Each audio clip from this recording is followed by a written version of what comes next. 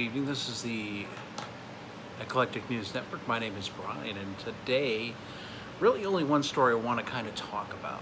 And what that's about is, of course, today, Donald Trump just signed an executive order for 4 different things for the coronavirus relief. Number one, they're going to extend unemployment benefits, federal unemployment benefits, to $400 a week instead of $600. And then the second one, I think, was a payroll tax cut through the end of the year, and rental and mortgage eviction freeze, or eviction something, or something where 12 million federally insured homes cannot be foreclosed on through the end of the year. Also, too, an executive order for basically some more protection money for the paycheck protection plan. But you know, the thing is that if you look at the end of the press conference here, we'll kind of go over this and what this really means. This relief is either going to be delayed or blocked. I don't think so. I think this is going to go very rapidly through the courts. This will go very, if we get sued, maybe we won't get sued.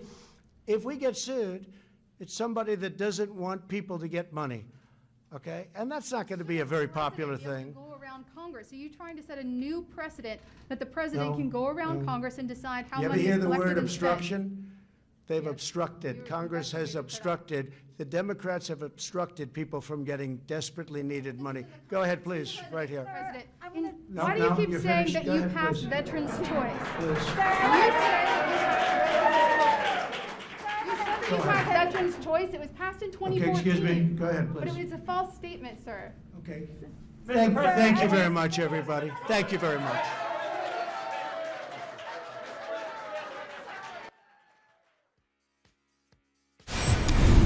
So, you know, he signs this into law, or he signs, it's not really a law, it's an executive order. Now, I understand, like, politically what he's trying to do.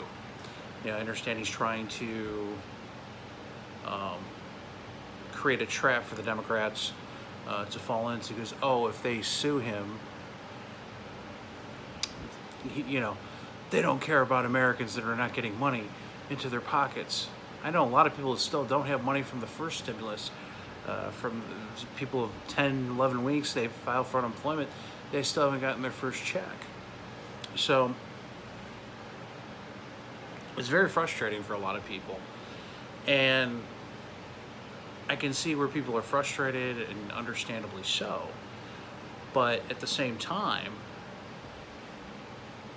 doing this kind of trap, it's not good. Number one, personally, I don't like it, because you basically just say, you know, the purse strings don't belong to the Congress, even though they're awful. They're the ones who are supposed to pass a bill. It's a Republican form of government, right? Little r. You have a legislative, you have an executive, you have a judicial. The House passes it, then the Senate passes it, and then the president gets it on his desk, and he signs the thing, and he goes, "Oh, look, I signed it." That's what it's supposed to be. By doing this, you're going to see whoever comes in next sign an executive order to take all the guns, take the Second Amendment away, or to do whatever they want to do, whatever draconian measure they want. I'm not sticking up for Trump. I'm not defending him. I'm not saying anything. I don't have a dog in this fight. But I do think it's a dangerous move. And number one, it's unconstitutional. Just is. You can't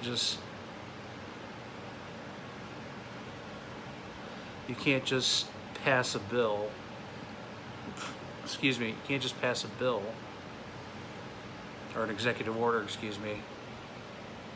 And especially when it comes to the financial purse, you can't do that, because that is reserved to the Treasury and to, of course, the House of Representatives and the Senate. Then Trump would sign the bill. Now, Trump's saying that they didn't sign it into law, or they didn't give him a bill because of illegal aliens or something like that, or whatever. Number one, these are politics, sucking the blood out of the people. So it's not even just, what they're doing is wrong. What he's doing is wrong and unconstitutional. Number two, sets a dangerous precedent. No payroll tax. Don't get me wrong, that's great. However, the thing is that by doing that, you're basically just kicking the can down the road. You have to pay taxes back on it again. It's going to come back to bite you in the butt.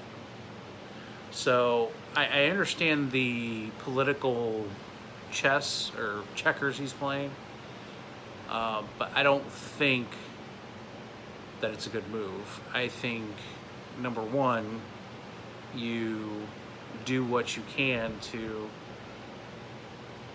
use common sense with the virus. I don't think you should be closed down for anything. I think people should live their lives. Do I think masks are necessary? Masks are very ineffective. Now, do I wear one? Yeah, I do wear one when I'm in a store because you're required to now. But do I think it's effective? Does it stop the spread? It doesn't slow the spread. Now, they'll come up with journals and saying that or whatever, but the micron size of the virus is 0.1 microns, okay? I have N95 masks that are 1 or 2 microns. So it's 20 times larger. It's still going to get through. And number two, it doesn't keep the bad air from going, keep recycling in. So the bad air still goes out. So these cheap face coverings really don't do anything. It's a mandate, if it makes people feel comfortable. I understand there's a lot of unknown about the virus. I'm not knocking people who do, but what I am saying is I think it's a little overboard.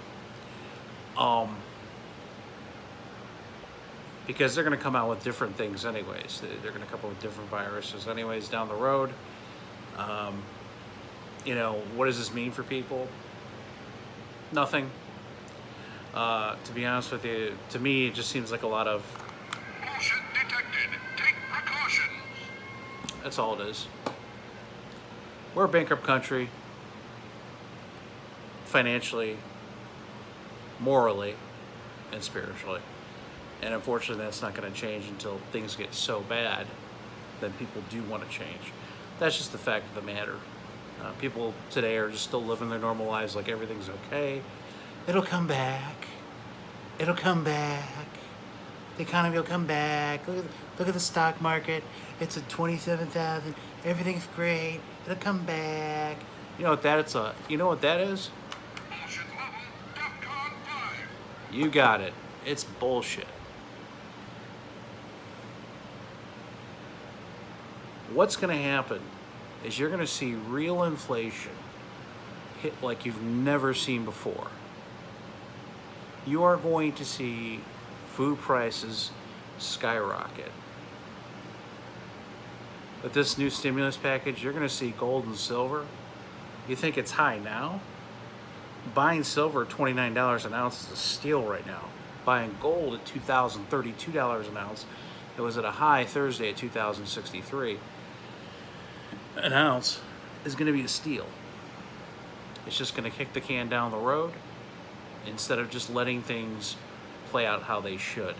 And if you do that, yes, you would have a depression, but it would actually consolidate things, reorganize however you want to naturally. They're not going to do that. They're going to continue to, the Fed's going to continue to pump money as long as they're alive. And everybody's saying Trump's in danger. And if he was in some danger, they would have already gotten rid of him. They always get rid of the good people, like JFK. Wasn't a great guy. He's morally repugnant with women. Yeah, obviously cheated on Jackie O. But he wanted to end the Cold War in the second term. And he wanted to compete against the private Federal Reserve. That's what got him killed. Trump's not doing that. So I don't think anything's going to happen to him. I think that he is a political opposition. I think he's there to manage the bankruptcy. And I don't think that he is our savior. I think our savior is you and the other person watching, or the other 15 people that are watching. That's the savior. You're the only ones that can save yourself, nobody else. Donald Trump, if he could actually get on a horse, could not save this country. It's not going to matter. This isn't about being negative, it's just being honest about it. The positive thing is that I'm not a financial advisor, but if you invest in things like gold and silver, physical gold, physical silver, you actually take care of your family, stock up all you can with certain things that are essential, not Cheetos and takeout. But if you stock up on those things and take care of your family, you're going to be okay, because there's going to be a lot of stuff that's going to continue to go down the road that it's just going to be awful. One good news in all of this is that the average person has the ability to say no to it, to stand up to it, to be able to do those things. But if they don't stand up to it, it's going to continue to get worse. I'm Brian Budd. This is the Eclectic News Network. Have a great rest of your day.